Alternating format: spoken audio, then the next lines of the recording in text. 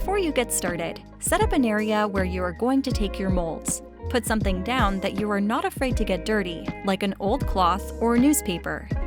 In my case, I'm using a vinyl tablecloth which is easy to wipe down. If any of the molding mixture gets on fabric, it can be very difficult to get out. If you intend to interlock fingers and want your rings to show, a suggestion would be to pull the rings down closer to your knuckle. Once you are set up, measure out the specified amount of cold water on the molding powder bag and pour it into the bucket.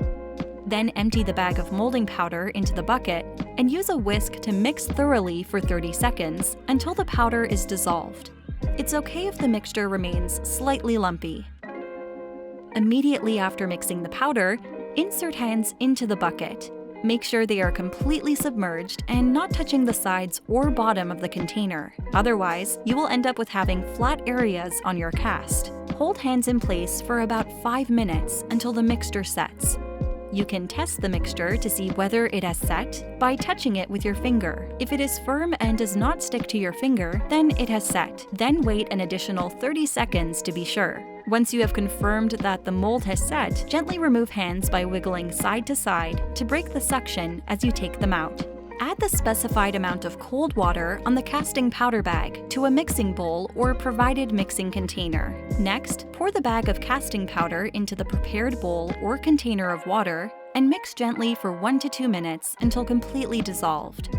Be sure to mix slowly to minimize air bubbles in the mixture. There should not be any lumps remaining and should have the consistency of paint. Note: the mixture will begin to thicken in 5 minutes, so do not delay the next step after mixing the powder in. Pour some of the mixture into the mold and look inside as you tilt it around to ensure that the inside is completely coated with the mixture. Then tap the bottom of the mold to force any air bubbles to the surface. Continue to pour the remainder of the mixture up to the top of the mold. Tap the bottom of the mold again to force any remaining air bubbles to the surface. Then wait 2 hours for the mixture to set. Carefully flip the container upside down to slide the mold out. Using a butter knife, you can begin a tearing point, then start peeling the mold away from the statue. Please take your time on this step and be very careful around fingers as they could be fragile. Once you are done demolding, you can safely dispose of the mold material in the trash bin. If there are any holes or imperfections in your statue, you may use the bag of casting powder for repairs to repair them. Mix 2 tablespoons of the powder with 1 tablespoon of water to get a paint-like mixture. Use the provided brush to paint the mixture into the holes.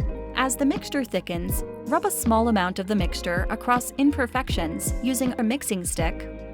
Once the statue is dry, the provided sandpaper can be used to round off any edges or excess casting stone.